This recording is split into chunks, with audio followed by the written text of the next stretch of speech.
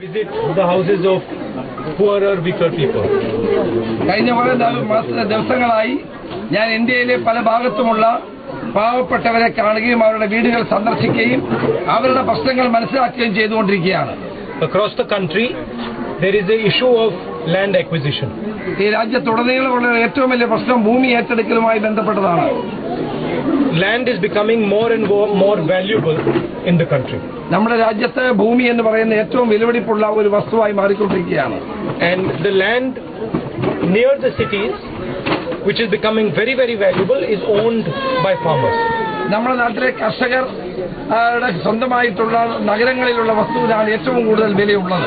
Their families, and they have spent the last 50-60 years working on that land. ആ ഭൂമിയിൽ work ചെയ്ത് 10-50-60 വർഷക്കാലമായി അവിടെ വർക്ക് ചെയ്തുകൊണ്ട് അവിടെ ജോലി ചെയ്തുകൊണ്ടിരിക്കുന്നവരാണ് അവിടുത്തെ പാവപ്പെട്ട ആളുകൾ. They have supported the country through their hard work. അവരുടെ കഠിനാധ്വാനത്തിന്റെ ഫലമായി രാജ്യത്തെ അവർ സേവിച്ചുകൊണ്ടിരിക്കുകയാണ്. Now that the land is becoming valuable, the central government wants to take that land away from them. ഈ വിലപിടിപ്പുള്ള ഭൂമികളൊക്കെ കേന്ദ്ര ഗവൺമെന്റ് ഏറ്റെടുക്കാനുള്ള ശ്രമം നടത്തിക്കൊണ്ടിരിക്കുകയാണ്.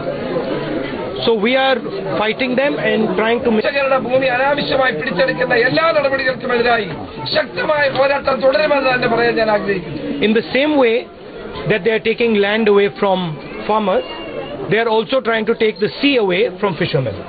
കർഷകരുടെ കയ്യിൽ നിന്ന് ഭൂമി ഏറ്റെടുക്കാൻ ശ്രമിക്കുന്ന പോലെ കടലിൽ പണിയെടുക്കുന്ന മത്സ്യത്തൊഴിലാളികളുടെ കയ്യിൽ നിന്ന് ആ കടൽ ഏറ്റെടുക്കാൻ ചില ആളുകൾ ശ്രമിച്ചുകൊണ്ടിരിക്കുന്നു.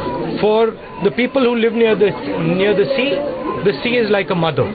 ഈ കടലിനടുത്ത് താമസിക്കുന്ന മത്സ്യത്തൊഴിലാളികളെ സംബന്ധിച്ചിടത്തോളം കടൽ അവരുടെ അമ്മയാണ്.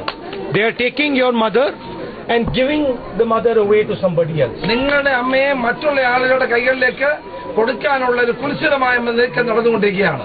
Just because they are more powerful, they are richer than you. അവരെല്ലാം വൻകിടക്കാരും വലിയ സ്വാധീനമുള്ള ശക്തികളായതുകൊണ്ടാണ് നിങ്ങളുടെ അമ്മയെ നിങ്ങളുടെ കയ്യിൽ നിന്നെടുത്ത് വൻകിടക്കാർക്ക് കൊടുക്കാൻ കേന്ദ്ര ഗവൺമെന്റ് ശ്രമിക്കുന്നത്. I think this is very, very unfair.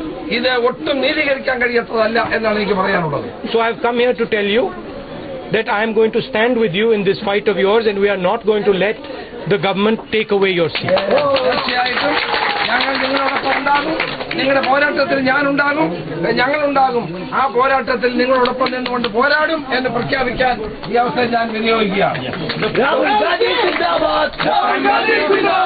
അദ്ദേഹത്തിന്റെ വിശ്വാസം പാവപ്പെട്ട ആളുകൾ ഇന്ത്യ സൃഷ്ടിക്കാൻ സഹായകമല്ല എന്നുള്ളതാണ്.